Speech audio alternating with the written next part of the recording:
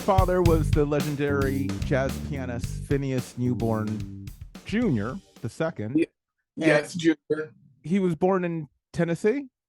Yeah, he was born in Whiteville, Tennessee, but lived most of his life in Memphis, Tennessee. He, well, not only is a legendary jazz pianist himself, but also his brother and father were jazz musicians too. Yes, Yeah, and my grandfather was a jazz drummer, and right. my uncle was a jazz guitarist.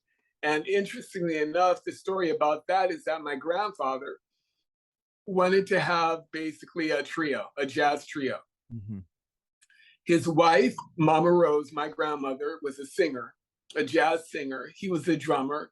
And he says, well, when we have children, Rose, each of them are going to play an instrument. And my dad was first, and he came out. He was handed the piano. Fortunately, it was just something that he really took to immediately. And then when my uncle was born, he was handed the guitar, so that they would basically be able to have this trio to kind of for them to escape from the poverty of Memphis, Tennessee at that time, and just the typical plight of the African American during that time.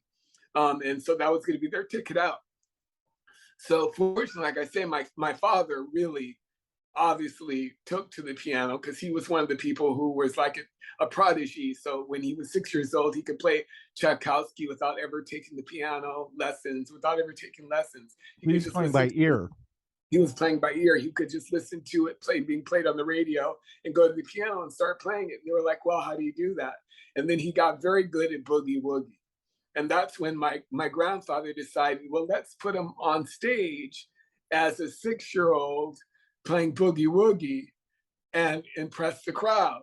And many of the crowd thought that he was a little person, thought that he was a midget. Back in those days, they would just call him a midget because they were like, "There's no way that this little 6-year-old can play boogie woogie like that." They were like, "He's got to be a dwarf. He's got to be a little person. You know, he's a full grown adult in this little body." But yeah, so that's basically what happened. And again, that whole period of time, which is such an inspiring part of American history, because that's really the first thing that American culture gave to America that was American, was jazz.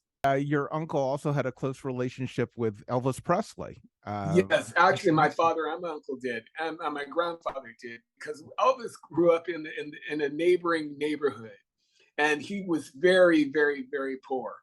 And basically every Sunday, because my grandfather was a band leader at the Plantation Inn, but also, as well as being a band leader, he had another job. He worked in a cafeteria. Mhm. And on Sundays, at the end of their day, they would allow the people who worked there to take the remaining food because they were going to have to throw it out. And so my grandfather would always come home with all this food, and Elvis would come over and they'd eat. And then my dad and Calvin, my uncle, would take Elvis down to Beale Street, and they would watch jazz and watch my grandfather's band in the Plantation Inn. And basically, because my uncle is a guitarist, and he would dance, and jump, and just shake his hips, do everything possible, because he was definitely a showman on the guitar. And basically, that's where Elvis picked up a lot of his physical performance moves, was from my uncle. Don't call me Corey Baker, call me Marc Copage, 'cause I'm not Julius, son, not anymore.